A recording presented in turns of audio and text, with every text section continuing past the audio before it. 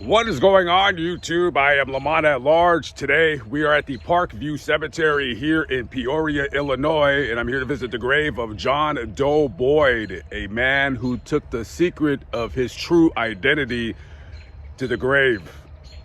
Let's talk about it. We're gonna go back in time. Let's go to October 11th, 1945.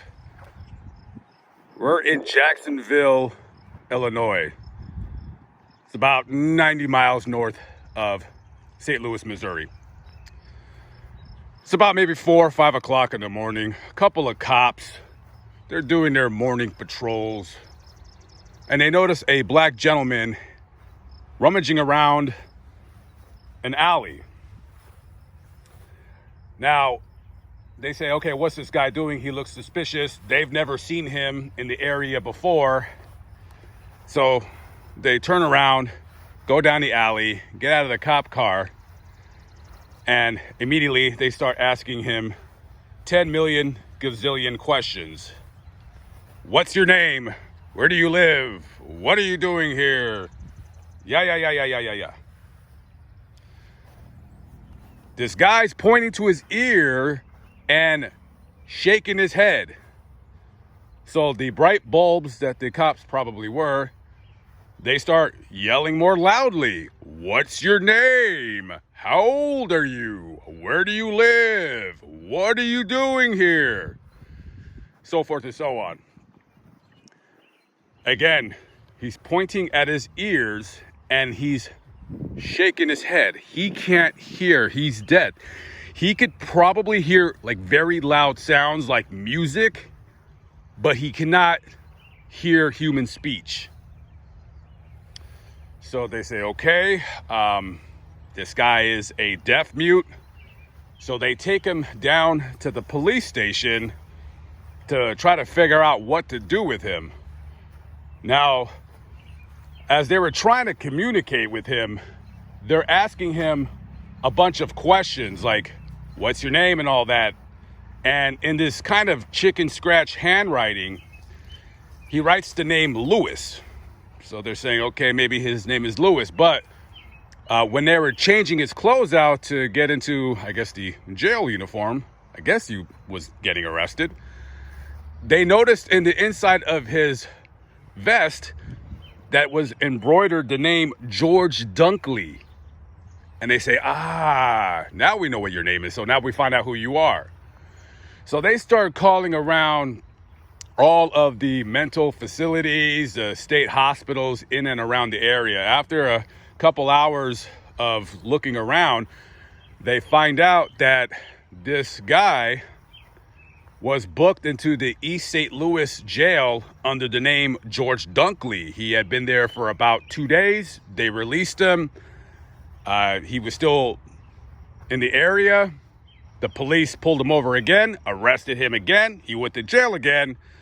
I think he did a few hours this time, and now he's in Jacksonville. So you got to ask yourself, okay, so how did this guy who is a deaf mute get from East St. Louis, which is pretty much right next to St. Louis, up to Jacksonville, 90 miles away? Well, back in those days, when a town wanted to get rid of a person, maybe a vagrant, a homeless bum, whatever you want to call it, they would give him a free ride to the next county over, or maybe 2 counties over. And, hey, County A, hey, welcome to your new problem, County B. And they did that all the time. They still actually continue to do it to this day. So they're figuring out what to do with him. They don't know his real name. They don't know exactly his true identity. He can barely write. He could communicate, but it was difficult for the most part. So they took him to the Lincoln Developmental Center. I guess you want to call it the state mental hospital. And they just had him in there as John Doe number 24. The number 24 is because he was the 24th John Doe in the Illinois, public system, if you will. And for the better part of the next 30 some odd years, he would live there and different mental facilities in and around Illinois. At first, when he got there, he was trying to escape because they noticed in his room that he was trying to pry the screens off of the windows to jump out of there. I guess once he figured out that he was not going to be able to escape, he kind of just became accustomed to his new home, if you will. Now, this guy, even though he's deaf and he can't hear, some described him as actually pretty funny. He liked dancing when they would have parties. One thing that he would always love to do is pantomime jazz musicians and parades, which possibly led some people to believe that he might have been from New Orleans. That's just a wild guess. I don't know. You know, St. Louis does have a little bit of jazz history itself, but not very much. So they're thinking, as much as he did that he could have been down from New Orleans. I mean, who knows?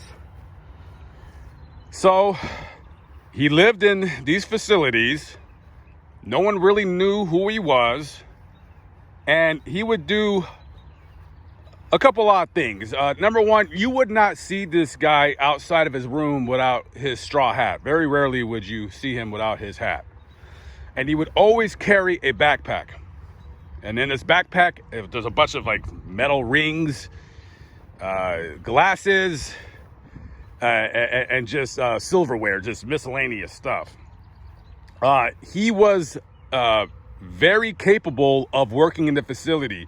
If they gave him a chore to do, like let's say clean the bathroom, he did it, no problem.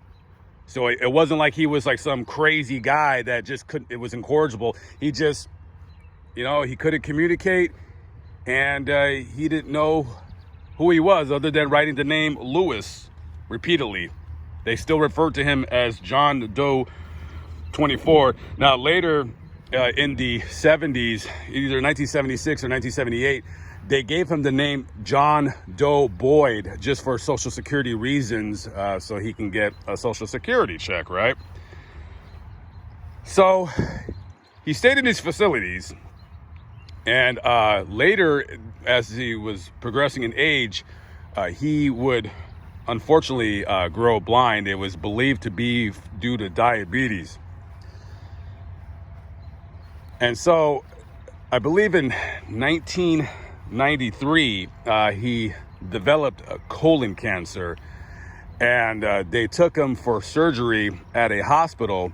When he got back, he was never the same ever again. He wouldn't eat. He was growing very, very sick. They transferred him to Sharon Oak Nursing Home, and that is where he passed away on November 28th, 1993. This is his grave right here, and it just says, try not to get my shadow in there, but I'm just gonna have to. John Doe Boyd, life's a mystery, but so too is the human heart. So that, I believe, is a line from a song that singer-songwriter Mary Chapin Carpenter wrote about this kid. So she was reading the New York Times, and she noticed in the obituary section that there was a story about this kid that nobody knew who he was. At the time, me calling him a kid, they guessed his age to be, some say they're like, he could be 14. Others thought that maybe he could be 16, maybe even 18, but no older than 18. Like, they knew he was a kid. And so they guessed his age at the time of his death to be around 63 or 64 years old. And I don't know. I was actually just thinking about this right now. I wonder if they took any kind of like samples of his blood or his tissue for DNA analysis. Maybe, later on down the line, they can find some kind of family lineage, find out where he was from, and who he was. But I don't know if they did or not. I haven't heard anything online about it. And yeah, just, I guess you could say an unremarkable man with an unremarkable life, but, you know, dying in a, in the mental health system in Illinois and not knowing, how to get a hold of your parents. I mean, he had a mom and a dad. Somebody raised this kid, somebody raised this kid. And you got to think the mental anguish that he must have felt not knowing where his mom and his dad were. Maybe they couldn't any longer take care of him. Maybe they had other kids and they just couldn't deal with it. And very sad, because even though he can't talk and he's deaf, and then later on in life he went blind, that wasn't his fault. And I'm sure that every day he missed his parents, he missed his brothers and his sisters, and I'm sure he had friends. But that is unfortunately how we did things back in those days. Maybe his parents felt that this was the best thing to do for him, is to just ship him out, kind of leave him somewhere. Or maybe he ran away. Nobody ever claimed him. I mean, his picture was in newspapers around the state. I'm sure, other newspapers back in those days, they would pick up stories from other, when it was a slow news day, they would pick up other stories from other states, other cities, other counties. So, who knows? Who knows? Only John Boyd knew his true identity, and he took that secret, unfortunately, to the grave. Just a strange story about just, just a guy who was born with an unfortunate health condition, So rest in peace to John Doe Boyd. Who knows what his real name is? Maybe it is Lewis. Who's George Dunkley? Was that his father? Is his name Lewis Dunkley? Originally, this grave was unmarked, and then the singer, Mary Chapin Carpenter, she paid for this stone. So thank you to her for putting this together. Okay, with that being said,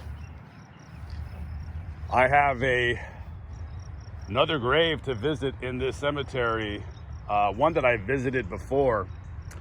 And as I walk to that grave right now, I'm going to be talking about on my other channel the life of a woman whose life was very short, but in her death, she created, her sister created a charity in her honor. And if you guys want to watch that video, it'll be on my other channel, Fascinating Graveyard, as I walk over there right now to her final resting place. I'll put the link to that channel below if you have not yet subscribed. Please do, and if you don't want to subscribe, that's fine. Go watch the video if you'd like. All right, guys, I'm Lamont at Large. I'll catch up with you on the next video. Peace out.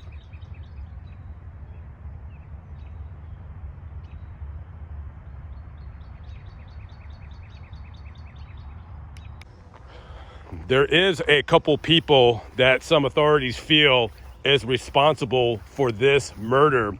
One of them